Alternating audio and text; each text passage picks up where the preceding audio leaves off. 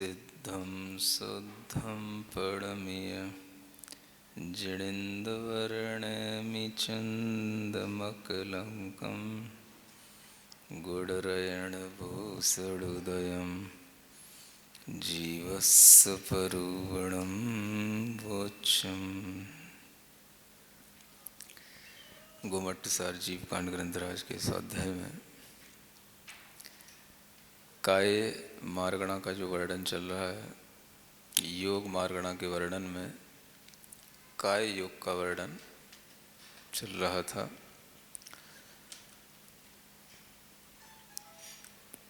औदारिक काय योग का जो विषय था वो बताया जा चुका है। औदारिक काय के बाद में वैक्रियक काय योग का वर्णन प्रारंभ होता है। गाथा नंबर 232। विविह गुड़ इड्ढिजुत्तम विक्किरियं बाहुहो दिवे गुब्बम मिस्से भवं चणेयं वेगुब्बियकाय जोगोसो।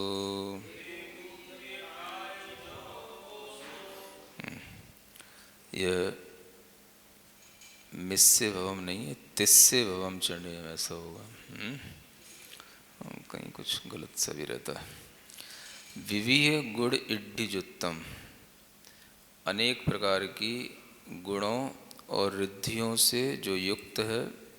विक्रियम, विशेष प्रकार की क्रियाएं विक्रिया कहलाती हैं, उनसे जो सहित हो वह वेगोबम, उसे वैगुर्विक शरीर कहते हैं। इसी को वैक्रियक जो कहा जाता है मुख्यतः क्या कहलाता है?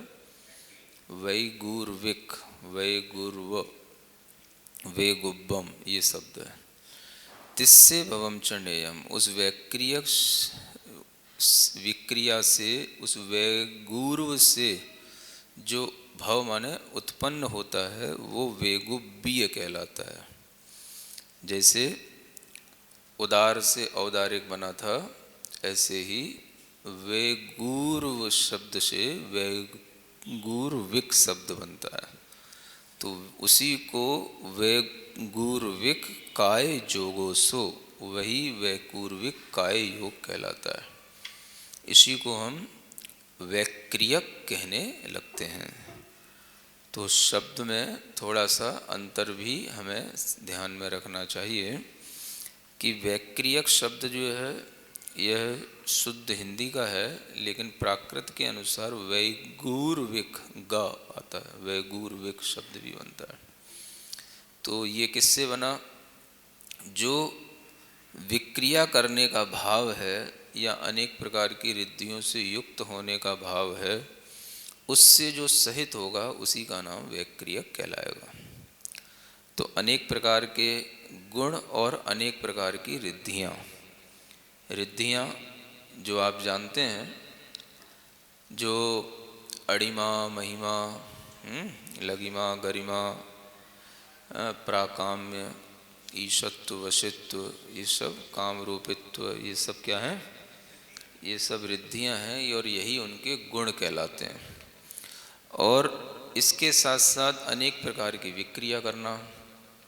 विक्रिया मतलब अनेक तरह के रूप धारण करना, अनेक तरह के शरीर बना लेना, अनेक तरह से शरीर में विशेष क्रिया करके उस शरीर को अन्य रूप में बना लेना, ये सब उसकी विक्रिया कहलाती है।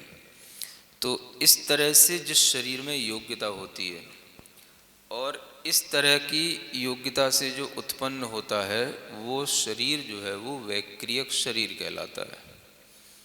और उस वैक्रियक शरीर के कारण से जो आत्मा के प्रदेशों में प्रयत्न विशेष होता है परिस्पंदन रूप, उसी को वैक्रियक काय योग कहा जाता है। तो जिस तरह से औदारिक काय योग के लिए औदारिक वर्गणाओं का आलम्बन लेकर के आत्मा उन औदारिक वर्गणाओं के ग्रहण करने के लिए प्रयत्न करता है, उसी तरह से वैक्रियक शरीर वाला जो जीव है, जिसके वैक्रियक शरीर नाम कर्म का उदय है, वह जीव वैक्रियक शरीर के योग्य पुद्गल वर्गणाओं को ग्रहण करने की योग्यता से जो प्रयत्न विशेष करता है, उसी का नाम वैक्रियक काय योग कहा जाता है।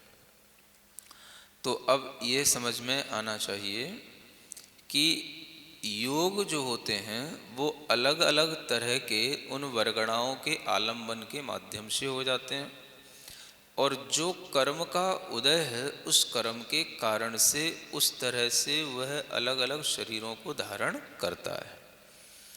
अब सामान्य से तो आत्मा की शक्ति का नाम योग है, वो जो योग है वो तो सामान्य है, किंतु इस योग में जैसे ही शरीर नाम कर्म का उदय जैसा होगा, उसी तरह की वर्गणाओं के आलंबन से जो योग होगा वो वही योग का नाम पाएगा।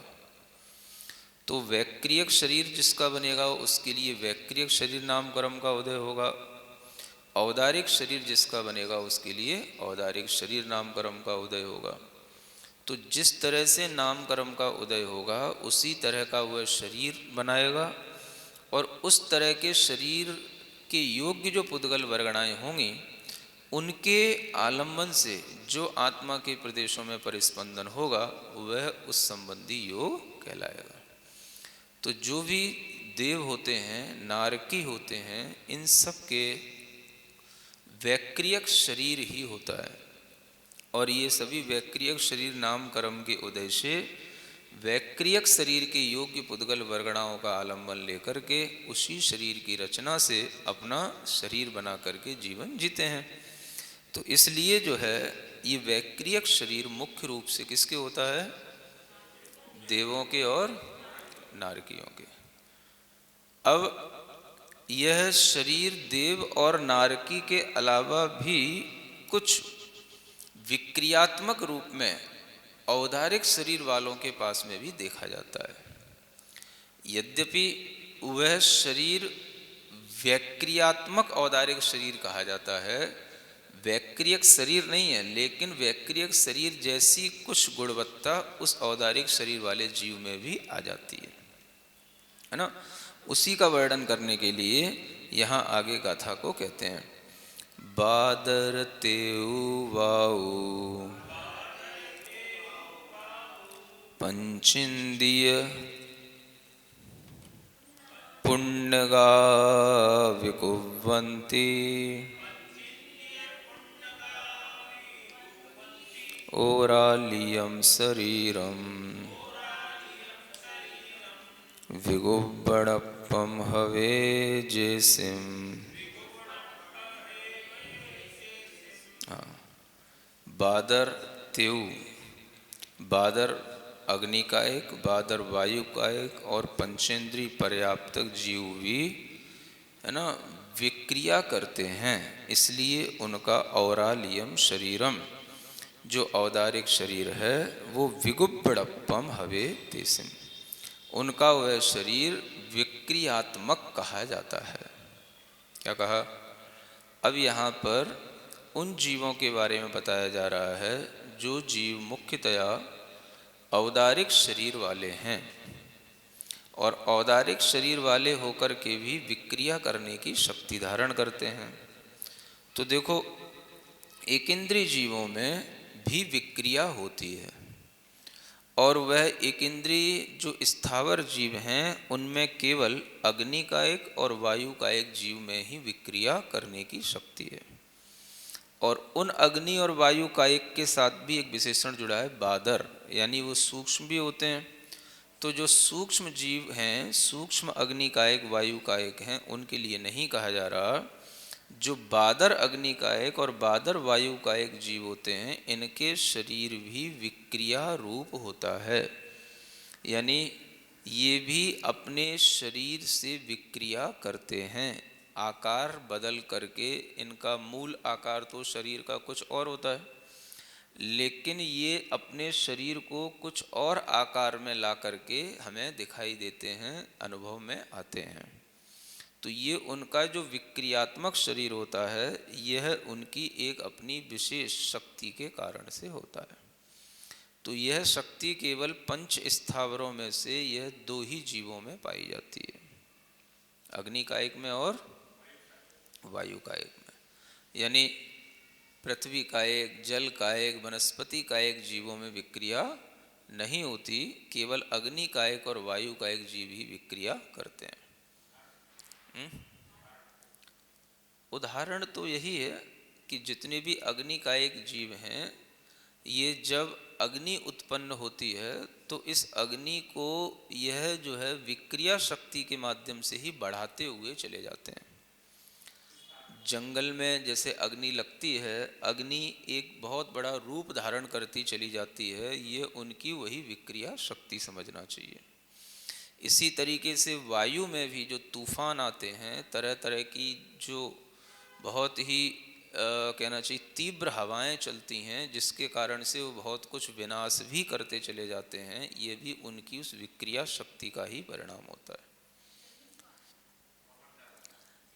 जल में जो आता है वो जल के पीछे कुछ और अग्नि काम करती है और कोई बल काम करता है। जल स्वयं विक्रियाशील नहीं होता। जल को अगर हमने संभाल नहीं पाया, कोई जगह से वह बांध टूट गया, जल का प्रवाह हम संभाल नहीं पाए, तो वह दूसरे जीवों के लिए नुकसान करने वाला हो जाता है। वो उसका प्रवाह है, वेग है, उसके कारण से वो उसका वेग है, जल का वेग होता है। जल में कोई विक्रिया अलग से नहीं हो गई कि वो एक बहुत बड़ा कोई भी जो है भयंकर रूप धारण कर लिया। वो जो जल था, बांध के दरवाजे टूट गए, हम उसको संभाल नहीं पाए, वो ग्लेशियर कहीं टूट गया, वो जो कहीं पर भी बादल फट गया, उसमें जो जल का प्रवाह था, वेग था, उस वेग के कारण से तबाही हो जाती है। लेकिन जल जल के रूप में ही बहता हुआ चला जाता है, उसमें जल की मात्रा अधिक होने से वह हमें नुकसान के रूप में दिखाई देता है। तो इसमें अंतर है। अग्नि जो है और वायु जो है, ये अपना विकराल रूप धारण कर लेती हैं। ये अग्नि ही हमको देखने में आती है, वो अनेक तरह से बढ़ती हुई चली जाती है, तो उसका वो वेग नहीं बढ़ता, उसका आकार भी बदल जाता है ना। जिस तरह का वह उसके लिए ईंधन मिलता चला जाएगा, वह उतना ही विकराल रूप धारण करके वो विक्रिया उसकी दिखाई दे सकती। विशेष क्रिया का नाम विक्रिया है। तो अग्नि में भी ये देखने में आता है और वायु में भी ये देखने में आता है, समझ में आता है। अब अगर कहीं पर सुनामी लहर आई, तो सुनामी उस जल की विक्रिया नहीं है, उसके पीछे भी समुद्र के अंदर एक लावा पैदा होता है, समुद्र के अंदर एक आग पैदा होती है, वो उसके अंदर एक गैस उत्पन्न करती है और उसके माध्यम से वो जल को बाहर फेंकती है। तो उसके पीछे हाथ है उस गैस का, जो उसके अंदर बनती रहती है और उस गैस के माध्यम से वो जल बाहर फेंकता है। वो फिर जो है हमारे लिए किसी भी तरीके का हानि करने वाला हो जाता है। बाढ़ आ गई या कुछ आ गया, या समुद्र का जल बाहर आकर के सबको नुकसान पहुंचा गया, तो ये उस जल की विक्रिया नहीं है, जल के पीछे काम करने वाला कोई दूसरा फोर्स है। समझ आ रहा है? हाँ, तो ये विज्ञान है, समझें इसको। तो अगर है तो इसीलिए ये लिखा गया है, बादर अग्नि का एक जीव और बादर वायु का एक जीव। नियम सार आदि ग्रंथ में तो आचार्य कुंदकुंद देव ने इनको त्रस जीव भी कह रखा है। क्या समझे? वैसे तो ये क्या है, स्थावर हैं, लेकिन इनको त्रस की गिनती में लिया है। ये इतने उद्विग्न होते हैं, ये इतने तीव्रता से बहते हैं कि इनके लिए उन्होंने त्रस जीव तक भी कह रखा है। तो ये एक अपेक्षा भेद से कहा गया है, लेकिन यहाँ पर यह कहा जा रहा है कि इनके अंदर विक्रिया करने की क्षमता होती है और ये विक्रिया करते हैं। इसी तरीके से कुछ ये पंचेंद्रीय जीव भी होते हैं। पंचेंद्रियों में त्रियंच में भी होती है शक्ति और मनुष्यों में भी होती है। तो पंचेंद्रीय, त्रियंच और मनुष्य भी विक्रिया करते हैं। और मुख्य रूप से जो विक्रिया करने वाले जीव हैं वो भोग भूमि के जीव होते हैं, जिनमें नियम से वो भी जो है विक्रिया करने वाले होते हैं। तो ऐसे भोग भूमि के जीवों में भी विक्रिया शक्ति होती है और मनुष्यों में किन्हीं किन्हीं में होती है, त्रियंशों में भी किन्हीं किन्हीं में हो सकती है। तो ये जो विक्रिया होती है ये वैसे पहले भी बताया गया है कि दो प्रकार की विक्रिया होती है, एक अपृथक विक्रिया और एक पृथक विक्रिया। अपृथक का मतलब होता है कि अपने ही शरीर को उस रूप में बना लेना। जैसे नारकी जीवों की जो विक्रिया होती है वो अपृथक विक्रिया है। अगर वो भाला बनेंगे, बर्छी बनेंगे, है ना, कुछ भी जो है पेड़ का पत्ता बनेंगे, तो वो खुद ही अपने शरीर को बना करके उसके ऊपर टूट पड़ते हैं, इसे बोलते हैं अपृथक। लेकिन एक पृथक विक्रिया भी होती है जिसमें कि हम अपने शरीर को बनाए रखें और दूसरा शरीर, उत्तर शरीर बना करके हम तैयार कर लें, इसको बोलते हैं पृथक विक्रिया। तो यह विक्रिया भी इन चक्रवर्ती हैं, भोग भूमि के जीव हैं, इनमें भी पृथक विक्रिया मानी गई है। तो इस तरह से ये जो विक्रिया जो होती है, ये विक्रिया होते हुए भी ये विक्रिया औदारिक शरीर में ही होती है। इसलिए ये ओरालियम शरीरम यहाँ इसलिए कहा गया है कि शरीर तो इनका औदारिक है लेकिन यह विक्रियात्मक है। यानी दो प्रकार के आपको औदारिक शरीर समझ लेना है, एक विक्रियात्मक और एक अविक्रियात्मक। जो विक्रियात्मक शरीर हैं वो विक्रिया करने की योग्यता रखते हैं, उनसे पृथक शरीर आदि का निर्माण किया जा सकता है। और जो अविक्रियात्मक शरीर हैं उनमें ये योग्यता नहीं है, तो वह किसी भी प्रकार की विक्रिया नहीं करते, इसलिए उनको अविक्रियात्मक शरीर कहा जाएगा। तो सामान्यतया जो भी हमें जीव दिखाई देते हैं ये सभी अभी वर्तमान में अविक्रियात्मक औदारिक शरीर वाले ही होते हैं। विक्रियात्मक शरीर वाले जीव विशेष किसी रिद्धियों से, विशेष किसी शक्तियों से संपन्न होने पर, तप विशेष के माध्यम से कोई लब्धियां होने पर भी उनके अंदर इस तरह की योग्यता आ जाती है। तो इस तरह की विक्रिया बनाने पर उनका शरीर तो औदारिक ही कहलाएगा, लेकिन वह वैक्रियक शरीर के रूप में, वैक्रियक शरीर की तरह उनकी वह प्रक्रिया दिखाई देने के कारण से उसे वैक्रियक शरीर के इन भेदों में समझाने के लिए रखा है। वस्तुतः तो क्या है, औदारिक शरीर है ना। तो वह औदारिक शरीर जो अनेक प्रकार का छोटा बड़ा रूप बना पा रहा है ना, हनुमान है ना, उनका एक नाम है अणुमान। क्या नाम है, अणुमान, माने अणु बराबर वो अपना शरीर बना लेते थे, इतनी उनमें शक्ति थी, एक है ना, रिद्धि थी, विद्याधर होते हैं, तो इस तरीके की छोटा रूप बनाने की शक्ति थी। तो उसके कारण से उनका नाम तो था वस्तुतः अणुमान। हनुरुह द्वीप के थे इसलिए वो हनुमान कहलाते थे, है ना, एक द्वीप का नाम है हनुरुह द्वीप, तो उसके कारण से उनको हनुमान कहा जाता है, लेकिन वस्तुतः वो अणुमान उनका शरीर का नाम था। तो इस तरह से ये शरीर की विक्रियाएं जीवों में हमें अनेक प्रकार के उदाहरणों के माध्यम से देखने को मिलती हैं, है ना। विष्णु कुमार मुनि का सबको चिर परिचित है ही है, इस तरह से रिद्धि संपन्न होना। द्वीपायन मुनि का, तो रिद्धियों के माध्यम से बड़े बड़े काम इस तरह से हुआ करते हैं। और ये जो विक्रिया शक्ति के माध्यम से जो शरीर बना लेते हैं, तो वह जो है उनका शरीर तो औदारिक मूल ही रहता है, लेकिन उस शक्ति संपन्न होने के कारण से उसे थोड़ा सा अलग डिस्टिंग्विश किया जाता है। इस तरह से ये दोनों प्रकार के ही जो शरीर हैं, अब इनसे होने वाला जो योग होगा वह योग किस पर निर्भर करेगा, तो जो मूल शरीर है उस मूल शरीर की जो प्रकृति है उसी के अनुसार योग होगा, है ना। अब औदारिक शरीर वाला अगर विक्रिया भी कर रहा है तो उसका योग वैक्रियक का योग नहीं हो जाएगा। क्या समझे, वैक्रियक शरीर की रचना करना और वैक्रियक शरीर की वर्गणाओं का आलंबन लेकर के वैक्रियक शरीर बना लेना, वैक्रियक जैसा शरीर बना लेना, वो नहीं होता। विक्रिया करना अलग बात है और वैक्रियक शरीर की वर्गणाओं का आलंबन लेकर के वैक्रियक शरीर की तरह शरीर बना लेना अलग बात है। तो औदारिक शरीर वाले जो जीव हैं वो जब भी विक्रिया करेंगे उनका योग तो औदारिक का योग ही होगा, क्योंकि औदारिक शरीर वालों में वैक्रियक का योग नहीं होगा, समझ रहे हैं? जो मनुष्य और तिर्यंच हैं उनमें औदारिक काय योग होगा, औदारिक मिश्र काय योग होगा और कार्मण काय योग भी होगा। ठीक है ना? इनके अलावा कोई और योग नहीं होगा। आहारक की बात छोड़ करके व्याक्रिय काय योग वगैरह नहीं होगा। लेकिन अब हम इसी को उल्टा तरीके से देखें, मनुष्य और तिर्यंचों के लिए औदारिक काय योग, औदारिक मिश्र काय योग और कार्मण काय योग होगा, किंतु औदारिक काय योग, औदारिक मिश्र काय योग केवल मनुष्य और तिर्यंचों में ही होगा। इसमें कुछ अंतर है क्या? समझ में आ रहा है?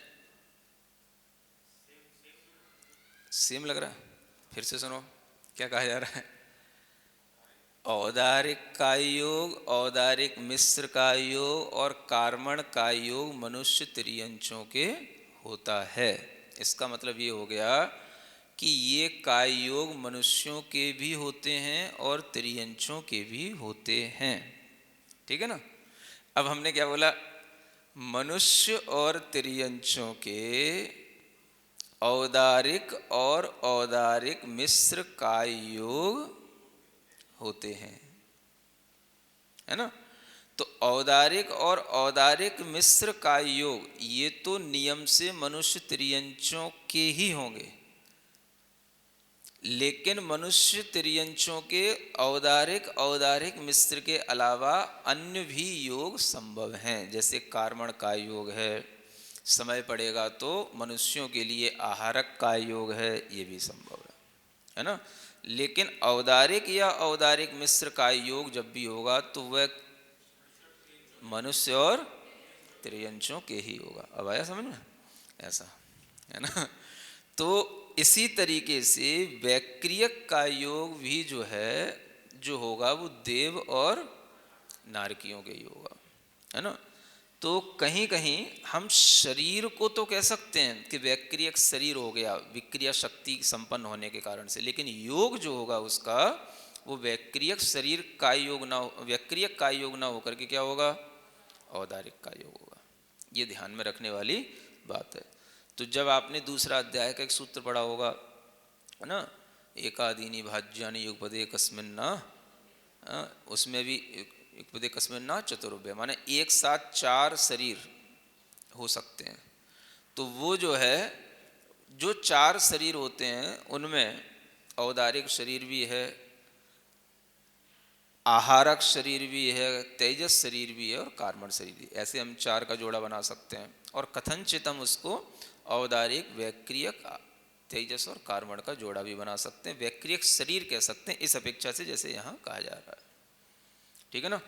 तो इस तरह से ये वैक्रियक काय योग के बारे में हुआ। अब जो वैक्रियक मिश्र काय योग है उसके बारे में आगे की गाथा। वेगुव्वीय उत्तथम विजानमिस्सं तु अपरिपुण्डं तं ज्योतेन संपजोगो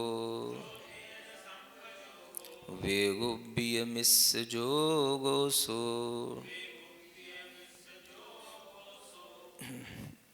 वेगुव्वीयम उत्तथम, जो उक्त अर्थ वाला था, माने जिसका अर्थ कहा जा चुका है वो वैक्रियक है, उसको जानो। मिस्सम दु अपरिपूर्णम तम, उसी में जब अपरिपूर्णपना है यानी अपर्याप्तक है तभी वह मिश्र कहलाएगा। जो तेर्ण संपजोगो, उसके साथ जो योग होगा, वेगुव्वीय मिश्र काय जोगो सो, उसी का नाम वैक्रियक मिश्र काय योग है। क्या समझे? जैसे औदारिक मिश्र काय योग की व्यवस्था थी वैसे ही वैक्रियक मिश्र काय योग की व्यवस्था है। यानी यह वैक्रियक मिश्र काय योग वाले जो जीव हैं वो उपपाद जन्म वाले जीव कहलाते हैं, है ना, वैक्रियक शरीर को धारण करने वाले। और उन्हीं के लिए जो योग होगा वो वैक्रियक मिश्र काय योग होगा जब वो उस उपपाद जन्म के प्रारंभिक अंतर मुहूर्त में होंगे। जैसे औदारिक शरीर के साथ जन्म लेने वाले मनुष्य तिर्यंच के प्रारंभिक अंतर मुहूर्त में औदारिक मिश्र का योग होता है, वैसे ही वैक्रियक शरीर के साथ जन्म लेने वाले जो देव और नारकी होंगे उनके प्रारंभिक अंतर मुहूर्त में वैक्रियक मिश्र का योग एक अंतर मुहूर्त के लिए होगा, है ना। अब इसमें भी वैसे ही बनेगा। मिश्र क्यों है? तो मिश्र औदारिक मिश्र क्यों था? क्योंकि उसमें औदारिक काय वर्गणाओं के साथ साथ कार्मण वर्गणाओं का मिश्रण था। तो यहाँ पर भी वैक्रियक वर्गणाओं के साथ साथ जो कार्मण वर्गणाएं उनका मिश्रण होगा, क्योंकि वह जीव भी विग्रह गति से आएगा, 1 2 3 मोड़े लेकर के आ सकता है। तो उस समय पर वह कार्मण काय योग का जो आलम्बन लिया, उसके साथ में यह वैक्रियक शरीर के योग्य वर्गणाएं, वैक्रियक काय योग की वर्गणाएं भी उसके साथ में आती हैं। तो एक अंतर मुहूर्त तक वह एक तरह से असमर्थ या पूर्णतया वैक्रियक काय योग बनाने के लिए अपूर्ण होता है, असमर्थ होता है। इसलिए एक अंतर मुहूर्त के लिए उसे मिश्र योग की दशा कही जाती है ना। तो यह वैक्रियक मिश्र काय योग तभी होगा जब वैक्रियक शरीर की उत्पत्ति होगी। इससे हम ये कहना चाहते हैं कि जब कोई औदारिक शरीर वाला वैक्रियक शरीर बनाता है, विक्रिया करता है, तो वैक्रियक शरीर नहीं बना लेता है, वह विक्रिया के माध्यम से उत्पन्न हुआ एक शरीर होता है। नहीं समझे? वैक्रियक शरीर का मतलब जैसे देवों का शरीर है, तो देवों का शरीर जिस तरह से धातुओं से रहित हो, सुंदर हो, ऐसा नहीं है। वह जो शरीर बनाता है वो शरीर विक्रिया शक्ति के कारण से वैक्रियक कहलाता है। लेकिन उस शरीर के योग्य जो वर्गणाएं हैं वो वैक्रियक शरीर के योग्य वर्गणाएं नहीं है, जिनसे जो देवों का विक्रियक शरीर बनता है। और उस शरीर को बनाने से पहले वो भी नहीं होता है कि अपर्याप्त दशा होती हो। एक अंतर मुहूर्त के लिए विक्रिया वाला जो दूसरा शरीर बनाया उसकी अपर्याप्त दशा होती हो, फिर पर्याप्त होकर के उसकी पर्याप्तियां पूर्ण होकर के फिर शरीर बनता हो, ऐसा भी नहीं होता। आहारक में तो ऐसा होगा, लेकिन विक्रिया करने के माध्यम से शरीर ऐसे बना जाते, उनमें ऐसा नहीं होता। इसलिए वैक्रियक मिश्र का योग औदारिक शरीर वालों के साथ में कभी भी नहीं होगा। तो जब वैक्रियक मिश्र का योग नहीं है तो वैक्रियक का योग भी नहीं होगा।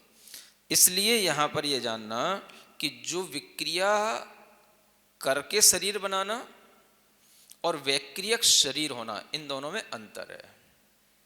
आया समझ में? विक्रिया करके शरीर बनाने वाले तो औदारिक शरीर वाले होते हैं, लेकिन वैक्रियक शरीर जिनका होगा वो सिर्फ देव और नारकी होते हैं, वो उपपाद जन्म वाले होंगे।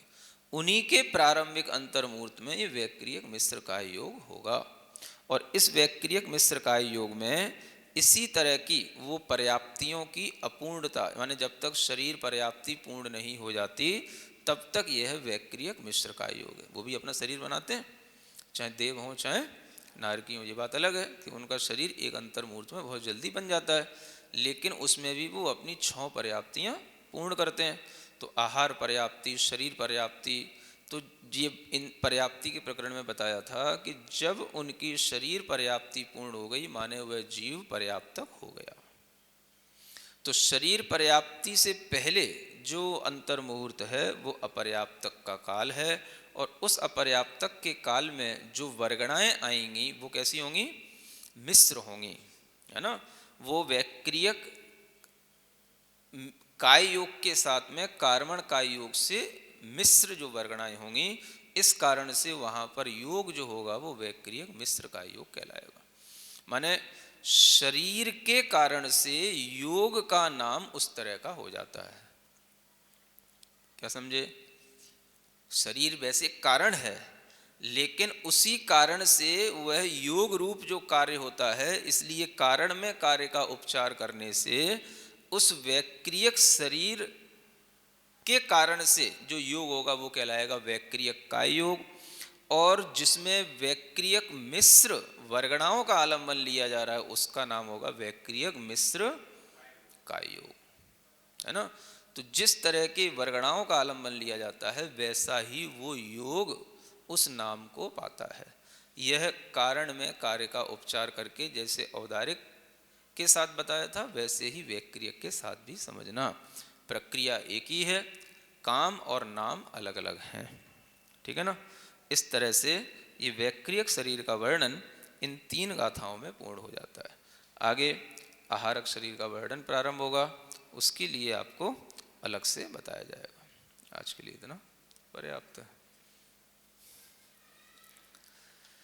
सिरिजिण वाणी जग कल्याणी जग जन मदतम मोहरी जणमण हरि गढ़हर हरि जम जरा भव रोग हरि तिथि राणम दिव्यजुणिम जो पड़ै सुणै मई धारै राणम सौख मणंत मधरिय सासद मुख पदम पावै।